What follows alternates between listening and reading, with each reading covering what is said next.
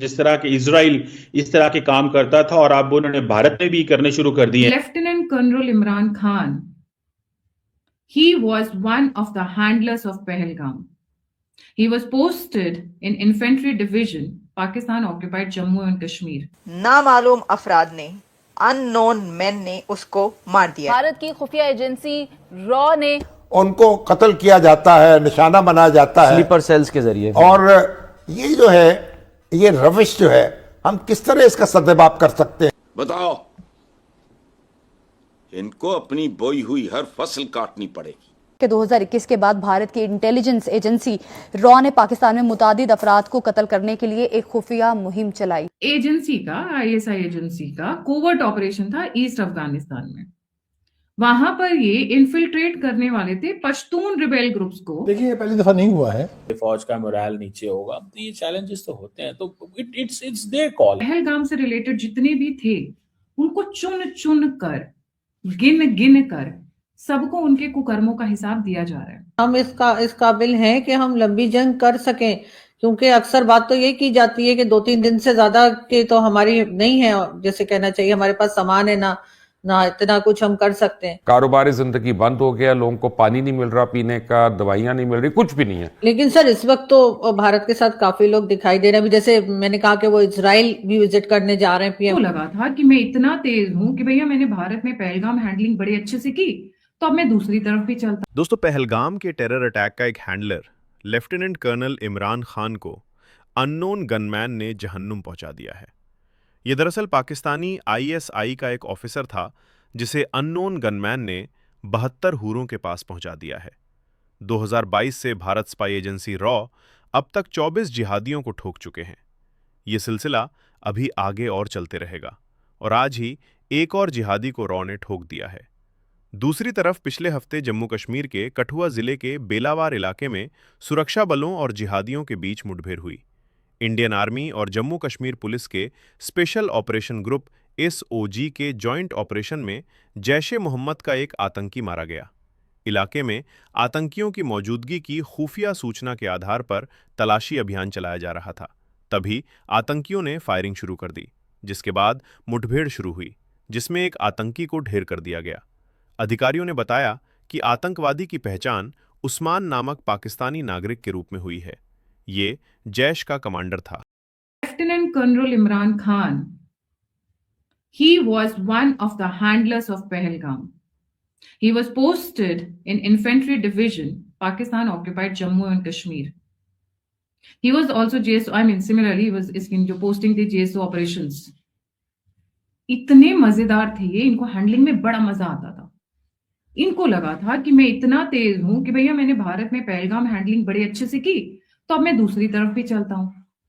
तो वेकेशंस का बहाना बना के ये महाशय, मतलब मृत्यु late lieutenant colonel Imran Khan, ये चल पड़े अफगानिस्तान की साइड पे। रीजन क्या किया ऑफिशियल की वेकेशन पर एग्जैक्ट रीजन क्या था? एजेंसी का, आईएसआई एजेंसी का कोवर्ट ऑपरेशन था ईस्ट अफगानिस्तान में। वहां पर ये इन्फिल्ट्रेट करने वाले थे पश्तून रिबेल ग्रुप्स को, जिससे जो वहां के अफगान तालिबान लीडर्स हैं उनको ये निपटा सके।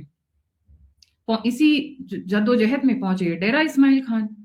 अब डेरा इस्माइल खान में क्या इन्हें पता था कि अननोन गनमैन इनका इंतजार कर रहे हैं। मुठभेड़ हुई, इनके साथ साथ जो 2 और थे वो भी निपट गए। उनको भी थैंक यू बोलना चाहिए अननोन गनमैन का। आफ्टर ऑल 72 हूरों के पास पहुंचाने का काम जो किया है।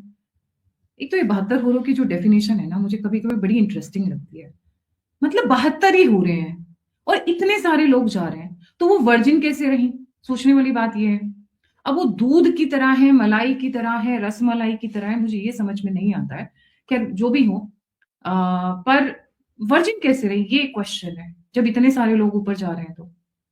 अच्छा, दूसरी जो बड़ी डिफिकल्ट चीज है जो समझ में नहीं आती है कि धरती पर तो अंगूर का रस वर्जित है, पर ऊपर चांदी और सोने के वो जो बढ़िया वाले होते हैं ना, वो ऐसे लेकर और ऐसे पीने वाले, वो ऊपर आला ताला खुद पिलाते हैं डाल के ग्लास के अंदर या कप्स के अंदर या व्हाटएवर के अंदर।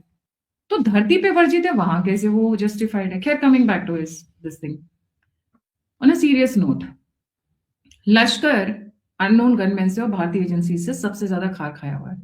If you remember 2000, way back in 2023 early, the alternate media started the Unknown Gunmen series. जब इनके स्टार्टिंग में स्टार्ट हुए थे मारने, तो सबसे पहले निशाने पे कौन था? लश्कर था। जैश की जो टीम है वो उतनी बड़ी नहीं है, पर डेडली वो भी है। लश्कर मीन्स लश्कर, बहुत सारे लोग जा रहे हैं एक साथ अल्लाह के उसमें इबादत में, या जो भी इन लोगों का अपना पूजा पाठ या उसका हो। तो Lashkar has been more deadly when it comes to India. तो लश्कर के ही ज्यादा निपटाए जा रहे थे बार बार। ये जितने भी 3 हैंडलर्स है जिनको ऑपरेशन महादेव के ड्यूरेशन में मारा गया था, ये सारे लश्कर के थे। उसके बाद वो जो अब्दुल गफूर का मैंने नाम लिया, वो भी लश्कर का ही था। लेकिन सर इस वक्त तो भारत के साथ काफी लोग दिखाई दे रहे हैं। अभी जैसे मैंने कहा कि वो इजराइल भी विजिट करने जा रहे हैं पीएम मोदी, उसके बाद यूरोपियन यूनियन के साथ भी उनकी एक बड़ी लंबी चौड़ी मीटिंग हुई है और ट्रेड डील और क्या कुछ हो रहा है। तो आपको नहीं लगता कि इस वक्त जो हम समझ रहे थे पाकिस्तान में जो बताया जा रहा था जी हमने बड़ा कॉर्नर कर दिया है, ऐसा नहीं है? भारत अपना कहीं आगे की तरफ बढ़ता हुआ दिखाई दे रहा है, चाहे वो इजराइल से मीटिंग हो, चाहे ईरान के साथ टर्म्स हो। कैसे देख रहे हैं आप उनकी इस वक्त फॉरेन पॉलिसी को? देखिए, ये आपने मिक्स सा सवाल किया है, सिंपल सी हाँ, तो बात सर है। आप मिक्स का जवाब दे दें सर, कोई टेंशन नहीं। नहीं, आपने सवाल थोड़ा सा वो जिस तरह फ्रेम होना चाहिए था वो नहीं आपने फ्रेम किया। चले मैं पहले आपको सवाल फ्रेम करूं या जवाब दूं? चले जवाब दे देता हूं। अब सिंपल सी जो आप बात कर रही हैं ना कि इंडिया के बहुत सारे ताल्लुकात बन गए हैं, गुड, अच्छी बात है, बनाने चाहिए। तो जो फ्री ट्रेड एग्रीमेंट कर रहे हैं वो इसलिए कर रहे हैं कि पाकिस्तान के साथ लड़ाई करने के लिए, इसलिए तो नहीं कर रहे, वो तो कर रहे हैं कारोबार करने के लिए ना। तो जंग के माहौल में तो लड़ाई, कारोबार के माहौल में तो लड़ाई नहीं अच्छी लगती ना, तो वो तो लड़ाई नहीं करना चाहते। इंडियंस अगर लड़ाई करना चाहते हो वो तो सिर्फ इतना है कि चीज को इंटरनेशनलाइज कैसे करना है। तो the point is clear here कि इंडियन जो गवर्नमेंट है उनके अगर इजराइल से अच्छे ताल्लुकात हैं, दैट्स नाइस, अच्छी बात है, उनको करने चाहिए। It's about building relations. मुझे याद है इजराइल ने जब ईरान पे हमला किया था तो इंडिया ने कंडेम नहीं किया था, ठीक है, उन्होंने कहा था हमें बड़ा कंसर्न है। लेकिन इजराइल ने जब कतर पे हमला किया था तो इंडियंस ने कहा था वही कंडेम। सर हमें ईरान में कैसे लिया जाता है आपके ख्याल से? हमारे ऊपर ट्रस्ट है उनको लगता है कि अगर अमेरिका ने अटैक किया तो हम ट्रम्प का साथ नहीं देंगे? आपको तो ऐसी बात नहीं ना अच्छी लगती जहां पे पाकिस्तान मजबूत। ट्रम्प ने फिर क्या कहा सर?